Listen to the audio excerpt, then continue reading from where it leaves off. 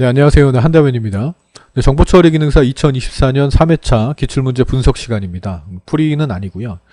뭐 기다리신 분이 있을까요? 잘 모르겠네요. 그러니까 저도 좀 많이 조사를 하는데 유튜브도 보고 블로그도 보고 하는데 유튜브에 뭐 비스서민님이 되게 복원을 잘하고 계셔가지고 뭐 그랬는데 몇 문제가 복원이 안 됐다고 하시더라고요. 그리고 뭐 잣다기님 블로그에도 들어가 봤고요. 근데 뭐 거기 댓글들 다는 거를 좀 이렇게 훑어보고요.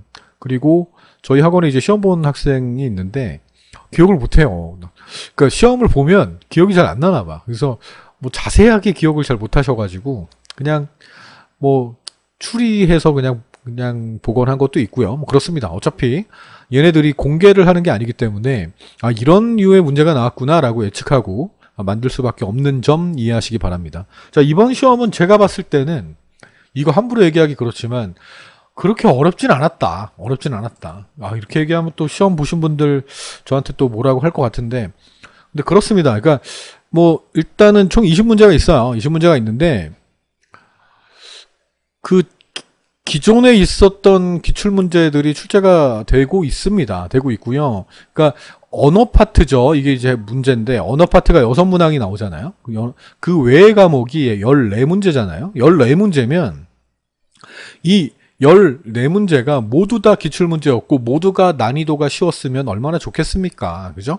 우리는 여기서 12문항 이상만 맞추면 12문항을 맞추면 60점이거든요. 그래서 12문제만 맞추면 되는데 모두 다 난이도가 쉬우면 얼마나 좋겠어요. 근데 난이도 조절을 얘네들이 하기 때문에 언어에서든 어디에서든 어려운 문항들은 출제를 할 수밖에 없어요. 근데 제가 문제를 쭉 보니까 뭐 그 복원하신 문제도 한번 참고하고요. 그리고 기출문제도 한번 쭉 들여다보고 하니까 그렇게 어렵진 않았다라고 저는 평가를 내립니다. 언어는 공부가 안 되신 분들에게는 그냥 다 어려워요. 다 어렵습니다. 그냥 이거를 좀 훈련을 좀 하셔야 되는데 우리가 14문제에서 14문제를 다 맞출 수 있는 건 아니거든요. 그러니까 내가 한 10문제를 맞췄다 치면 복구를 해야 되는데 그 복구할 수 있는 파트가 바로 언어밖에 없어요. 언어에서 내가 충분히 연습을 하고 분석하고 이 문제의 흐름을 정확하게 짚어낼 수 있는, 그러니까 항상 제가 강의에서 말씀드리는데 암산하지 말고 글로 적으면서 낙서를 하면서 답을 유추해야 풀 수 있는 문제들이 있습니다. 근데 이번 시험에서는 제가 봤을 때 언어 파트에서 한 문제는 안 나왔던 게 나왔어요. 그러니까 말도 안 돼, 뭐 이게 뭐야? 이게 말도 안 되는 게 나오긴 했는데 그래도 좀 분석하는 걸 많이 해봤다면 그래도 답을 유추하지 않았을까? 이렇게 좀 짐작을 하는데 분명히 난이도는 있었어요. 한두 문제? 한 문제에서 한 2문제 정도는 난이도가 있었어요. 근데 4문제 정도는 충분히 분석할 수 있었어요.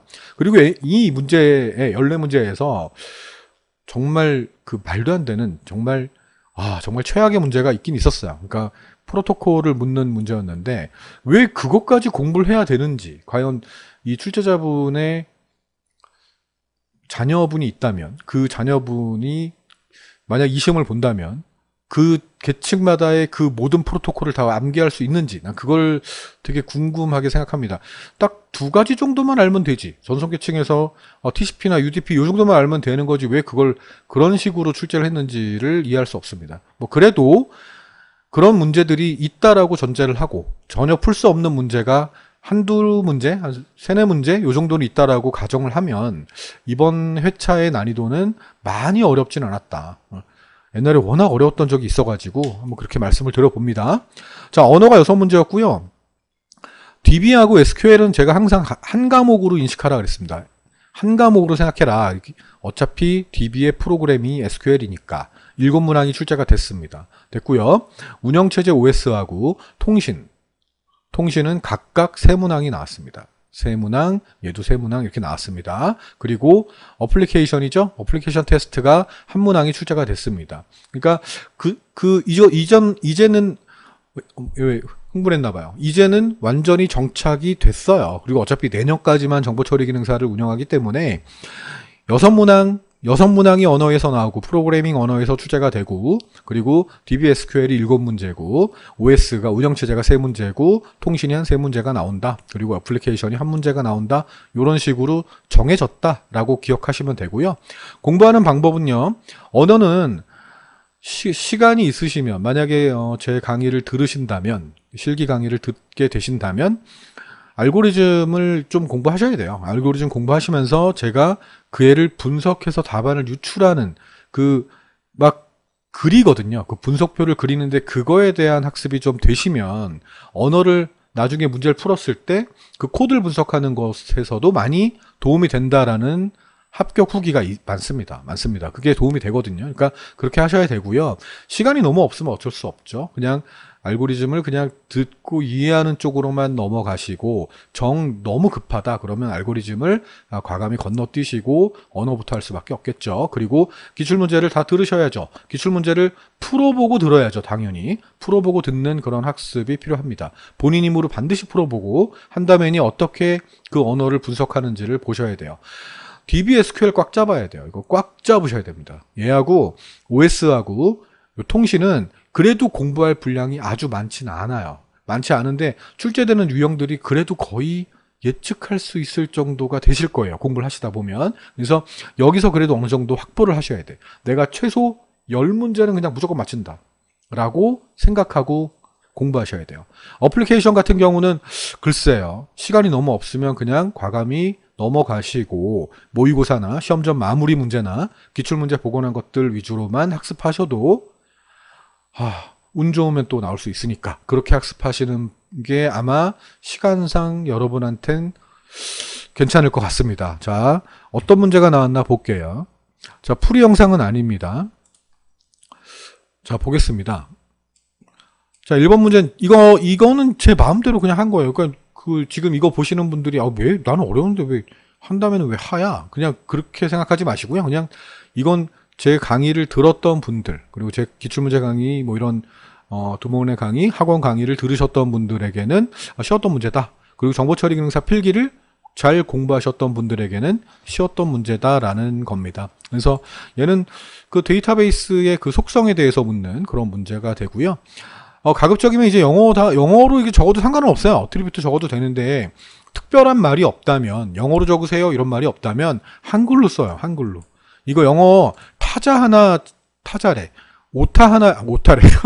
철자 하나 틀려도 그냥 오답 처리예요. 아시겠죠? 그러니까 잘 모르겠다, 자신 없다. 그러면 그냥 한글로 쓰세요. 자, 두 번째 문제도 DBA에 대한 문제죠. DBA도 얼마나 많이 나왔습니까? 그러니까 얘 같은 경우도 뭐 정보처리 기능사 필기뿐만 아니라 실기에서도 많이 출제가 됐던 거라서 저는 그냥 하라고 적었습니다. 자, 3번 문제입니다. 자, 얘도 마찬가지죠. 뭐, select from where, 뭐, update set value, update set where, insert into value, 뭐, 이런 것들을 공부하셨다면, 그냥 풀 수 있는 문제죠. 그러니까 이 문제가 출제됐다라는 거 아닙니다. 출제된 게 아니라, 업데이트 문제가 나왔고요. SQL문에서 가로를 씌우고 그 가로 안에 set을 집어넣는 요 set이라는 거를 쓰는 그 시험이 나왔고요. 문장은 정확히 기억할 수가 없기 때문에 제가 제 교재에 있는 거 기존에 기출문제 나왔던 거에서 그냥 넣습니다. 그러니까 set이 나왔구나. 요 정도만 보시면 되겠습니다. 물론 다음에 또 나올 수 있겠죠. set이라고 나올 수도 있고요. where가 나올 수도 있겠죠. 그죠? 업데이트가 나온 적도 있을 거예요. 뭐가 나올지 모릅니다. 뭐 인설트가 나올 수도 있는 거고. 그러니까 업데이트만 외워야지 이게 아닙니다. 이런 학습이 돼야 됩니다. SQL이 이렇게 나오는구나. 공부하시면 되고요. 자, 이거는 뭐 롤백, 뭐 커미트, 뭐 리보크 뭐 이런 것들이 있었어요. 그죠? DCL 중에 하나죠. 그러니까 다 암기가 돼야죠. 그러니까 이건 롤백이 나왔었고요. 다음 얘도 마찬가지죠. 이것도 뭐 널이라는 게 나왔습니다. 뭐 누구는 뭐 널 밸류라고 썼다고 하시는데요. 그거는 출제위원, 채점하시는 분이 답인지 아닌지를 결정할 문제고요. 정확하게 어떻게 나왔는지를 모르기 때문에 그래서 널이 답이라고 봐야 되겠습니다. 지금은요. 이 문제가 만약 나왔다면. 다음. 자, 이거는 복원을 못했어요. 복원을 못했는데 셀렉트 문장에서 그 카운트하고 가로한 다음에 별표가 나왔다라는 얘기가 있었어요. 근데 대다수의 수험생들이 0이라고 했어요. 0이라고. 그래서 그런 문장을 한번 구현해 봤습니다. 그러니까 뭐 이런 표가 있었는데 이 표에서 이 조건에 만족하는 개수를 세는, 개수를 출력하는, 그러니까 만약에 여기에 뭐 as가 나오고 필드명이 나왔다면 표 형태로 나왔겠죠. 근데 그게 아니라 그냥 검색만 해서 얘를 출력한다라는 의미이기 때문에 0이 맞습니다. 0이 나왔다고 하는데 얘는 뭐 당연히 복원할 수가 없던 문제이기 때문에 제가 난이도를 뭐를 결정할 수가 없었어요. 그렇습니다. 자, 이것도 마찬가지입니다. 자, 이 같은 경우도 정확하게 기억을 하지 못했어요. 기억을 하지 못하셔가지고, 그러니까 여기에 지금 그러니까 부분적인 기억을 조합해 봤을 때 조인에 관련된 문장이었다라고 하고, 각각의 테이블에서 이 조건이 만족되는 거를 검색해야 되잖아요. 그죠? 그럼 이 조건이 만족되는 거를 물어볼 때 여기다 where라고 넣으시는 분들이 보통 있는데 그게 아니라는 거죠. 그러니까 다중 테이블 검색 상태에서 조인 문장에서는 여기에 on이 들어가야 돼요. on이. 그래서 이거는 문법적인 거에 관련된 그런 문제고요. 자, 이 문제는 이제 제가 두목넷 교재, 제가 만든 교재죠. 교재에 있는 그 표를 약간 수정을 좀 했어요. 수정해가지고 이 문장에 관련된 그것들을 그냥 한번 넣어봤어요. 이건 풀이할 땐 제가 설명을 좀 드리겠습니다. 다시 한번 말씀드리지만 이 문제가 정확하게 이거랑 똑같이 나오지 않았습니다. 복원을 완벽하게 할 수는 없어요. 그러니까 수험생들의 기억에 의해서 그냥 유추할 뿐입니다. 네, on이 나왔다고 합니다. 그러니까 요 다중 테이블 검색하는 거고 조인에 관련된 게 나왔는데 on이 나왔다고 한다. 그러면 여러분들은 어떻게 해야 되죠?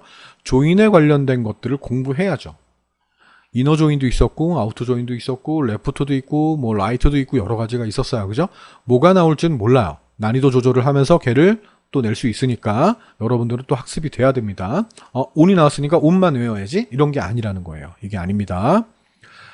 다음 8번 문제입니다. 자, 이거는 라운드 로빈이 나왔습니다. 보통 뭐 RR이라고 하죠. 그러니까 제가 외우기 쉽게 라운드 로빈, RR 뭐 이런 식으로 설명을 드렸던 것 같은데요.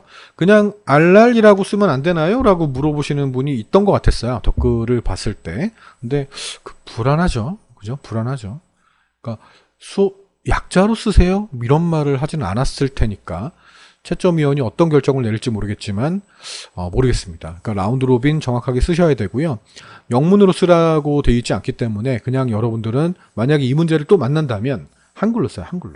알았죠? 괜히 긴장된다니까. 긴장되면 또 철자가 또 기억이 안 나는 경우가 있어요. 그러니까 그러지 마세요. 괜히 하나 틀리면 한다매님 라운드 로빈 한 다음에 제가 가로 한 다음에요 영어도 썼어요. 근데 영어의 철자가 틀렸는데 괜찮을까요? 틀렸다고 할 확률이 되게 높습니다. 아시겠습니까? 모르면 쓰지 마요. 그냥 한글로 써요. 네. 다음 pwd는 뭐 누누이 나왔던 문제죠. 그죠? 뭐 이 명령은 뭐 ls 같은 경우도 있고 뭐 여러 가지가 있어. 그러니까 기본적인 유닉스 명령어들이 출제가 된단 말이에요. 그죠? 그러면 암기가 돼야 돼요.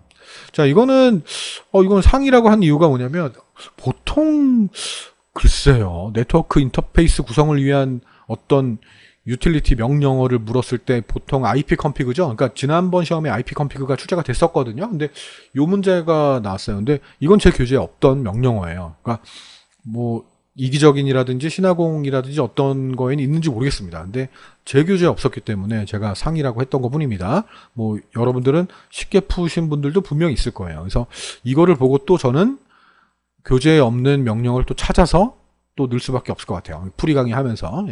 그렇게 해서 나올 수 있는 것들을 좀 더 삽입을 해보도록 하겠습니다. 자, 이거는 통신인데 뭐 SMTP. 샌드메일이라고 외우라고 저는 필기 강의할 때 얘기했었어요. 그게 쉬우니까. 샌드가 보낸다는 뜻이잖아. 그래서 메일을 보낼 때. 근데 샌드메일은 아니야. 심플 메일입니다. 그러니까 이거는 약자가 샌드메일이 아니고 뭐 그렇습니다. 그러니까 하여튼 중요한 건 SMTP가 출제가 됐습니다. 메일을 보낼 때 메일을 받을 때 그 반대가 받을 때니까 뭐 POP3 이런 식으로 설명을 드렸던 것 같아요. 받을 때 POP 받을 때 뭐 이렇게 설명을 드린 것 같습니다. 근데 이거는 SMTP입니다. 포트 번호도 나와 있고요. 그리고 내가 메일을 보낼 때 쓴다고 받아서 전달한다. 뭐 그런 말이 나오기 때문에 이거라고 쉽게 풀 수 있었을 겁니다. 자, 그리고 OSI 7계층의 구성 요소가 또 나왔는데요. 이거는 뭐 그렇게 어렵지 않죠. 그죠? 그러니까 물리계층을 다 풀으신 걸로 알고 있는데요. 이것만 봐서 물리계층에 대해서만 암기해야지 절대 안 됩니다. 절대 안 됩니다. 이거는 진짜 그냥 무조건 나온다니까. 계층에 관련된 계층에 속하는 프로토콜도 출제가 되지만 그 계층에 대해서 묻는 문제도 초창기 때 얼마나 많이 냈는데요. 물리계층, 전송계층, 뭐 네트워크 계층 다 계층에 대해서는 다 확실하게 기억을 하고 계셔야 돼요. 그래야 문제를 풀 수가 있어요. 아시겠습니까? 제가 미친 문제라고 써놨습니다. 이거는 참 진짜 난 정말 이해할 수가 없습니다. 진짜 이거는 이 사이트에 들어가면은 정리가 다 돼 있어요. 다 돼 있는데 제가 뭐 누를 것도 없지만 누를까? 허용할까요? 참 어이가 없습니다. 그러니까 여기가 이 계층에 속하는 것들이 있어요. 이걸 어떻게 다 외우냐고. 이걸 뭐 하려고 외우냐고요. 이걸 다 외워야 돼 그러면? 그냥 핵심적인 거 몇 가지씩만 내면 되지 뭘 그렇게 합니까? 그리고 이렇게까지 문제를 출제한 거는 그냥 야 틀려라 이런 문제거든요. 미친 문제라고 한 거는 그냥 이 문제 자체입니다. 그 출제위원이 그랬다는 건 아닙니다. 근데 이거는 틀리라고 낸 거예요. 틀리라고 낸 거고요.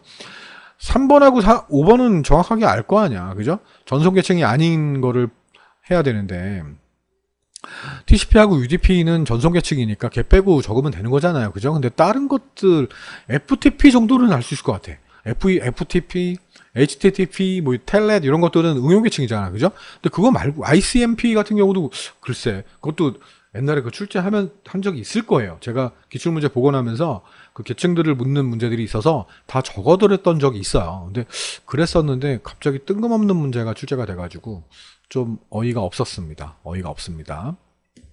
이 문제 때문에 좀 논란이 많이 됐죠. 그래서 댓글 보니까 뭐 전화한다고 인력관리공단에 전화하겠다고 막 그러시는데 걔네들이 그랬거든요. NCS를 참조하겠다고. 근데 NCS 교환에도 제가 보기엔 없었던 걸로 기억해요. 그러니까 없는 프로토콜은 좀 안 냈으면 좋겠어요. 괜히 어렵게 낼 수 있는 문제가 얼마나 많은데 그냥 범위 안에서 출제를 하면 되지 왜 벗어납니까? 그러지 않았으면 좋겠습니다. 근데 이거 빼고는 그래도 무난했습니다. 다음요. 다음에 어플리케이션 테스트입니다. 블랙박스 테스트가 나왔습니다. 그래서 얘 같은 경우는 글쎄요. 시간이 많으신 분들 같은 경우는 준비를 차근차근 다 하시는 게 좋겠죠. 좋은데 그게 아니라면 네. 제가 아까 말씀드린 대로 준비하셔도 됩니다. 다음요. 자, 이거는 이제 분석이 가능하다라고 제가 좀 해놨는데요. 쭉 보시면은 좀 너무 긴가요? 너무 긴가요? 자, 이런 문제가 출제가 됐습니다. 그래서 중이라고 한 거는 그냥 좀 길어지면은 좀 약간 어려워라 하는 것들도 있고요. 그리고 요런 기호를 못 보신 분들도 있어서 그래서 이거 좀 어렵게 느끼지 않았을까라고 좀 생각을 했습니다. 그래서 분석이 가능하다라고 말씀을 드린 거고요. 중간 정도의 난이도라고 했습니다. 이건 상이라고 해도 괜찮을 것 같아요. 상이라고 하겠습니다. 안 해보던 게 있으니까 이 난이도는 제 강의를 들으신 분들입니다. 들으신 분들에 대해서 제가 한번 해본 겁니다. 충실하게 들었다면 이 정도 맞출 수 있지 않을까? 좀 어려웠겠다. 요런 예측입니다. 요런 문제가 출제가 됐습니다. 자, 요렇게요. 자, 지금 이 강의를 분석 강의를 보시는 분들은 뭐 적어주시면 도움이 되겠죠. 자, 그리고 16번 문제 같은 경우는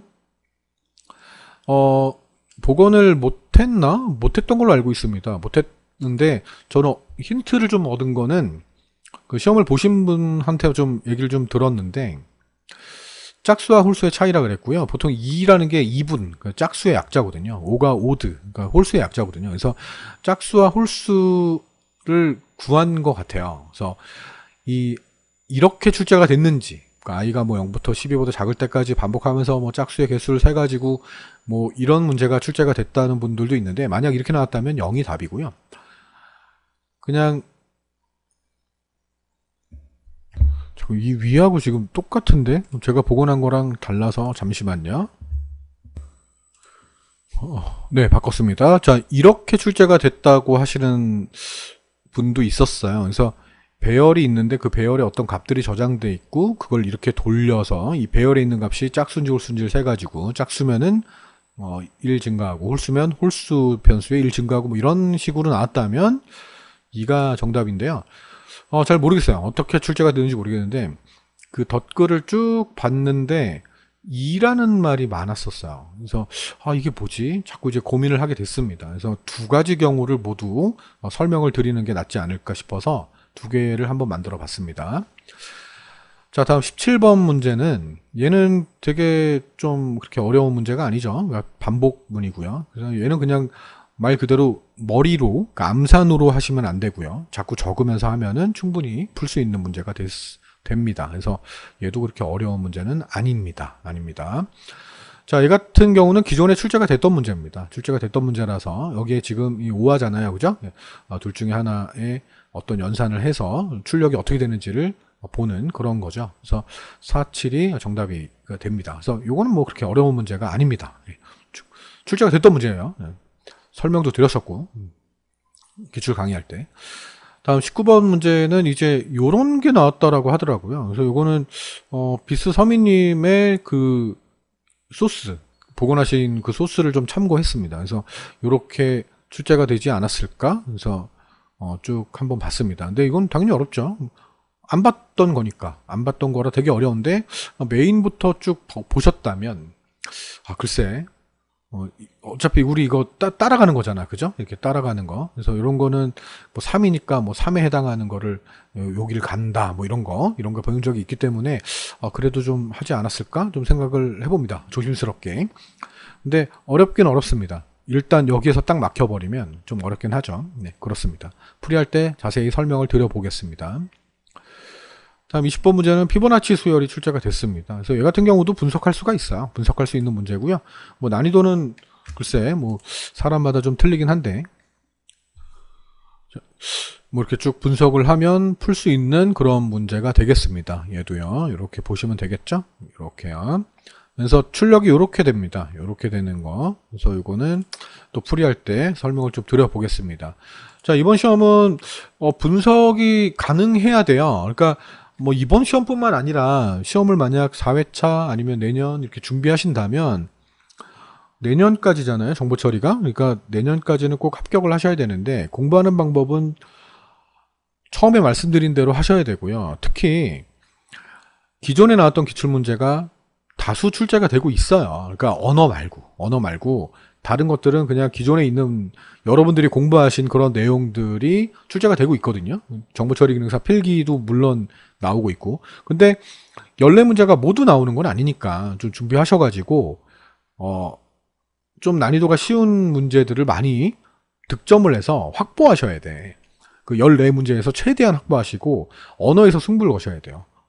언어에서 내가 분석할 수 있는 걸 자꾸 연습해야 돼. 자꾸 연습해서 자꾸 이렇게 쓰면서 자꾸 분석을 하는 그런 연습을 하시고 그런 다음에 시험장 가셔가지고 1시간 반이 시험이니까 그 남들 무르르 나간다고 따라 나가려고 그러지 말고 막 엉덩이 들썩거리지 말고 그냥 내가 접습이 냈고 내가 그동안 투자한 시간도 있고 아까우니까 난 이 1시간 반을 다 쓰겠다 이런 마음을 가지고 있으세요. 그냥 그러면서 계속 보다 보면 잘못된 걸 수정할 수가 있거든요. 내가 분석을 잘못했었네? 맞출 수가 있거든. 그 한 문제가 5점인데 그냥 그걸 버리고 갈 거예요? 남들 따라서? 그러지 말라고요. 아시겠습니까? 자, 풀이 강의는 제가 뭐 더 작업을 할 거예요. 그러니까 기존에 있던 것들 좀 조사도 좀 더 하고요. 그리고 어떤 문제들이 같이 있었는지 연관지어서 좀 하고 그리고 안 나왔던 것들도 명령어를 좀 삽입을 하고 그래서 풀이 강의를 찍어서 올릴 예정입니다. 시험은 11월 9일부터 시험 기간이 되죠. 11월 9일부터 24일로 돼 있는데 보통 그냥 첫날 시험 보는 경우가 많아요. 그러니까 11월 9일 아니면 11월 10일이 되지 않을까요? 항상 그런 식으로 봤으니까. 그러니까 그럴 것 같고요. 그렇게 대비를 좀 하시면 되겠습니다. 시험 보신 분들에게 다시 한번 사과를 드리는 거는 제 나름대로 상중하를 매겼던 거 사과드리고요. 그리고 힘내시고 만약에 합격하시면 축하드리고요. 네. 다음 시험 준비하시는 분들에게 이 강의가 도움이 되기를 바랍니다. 네, 수고하셨습니다. 다음 시간에 뵐게요.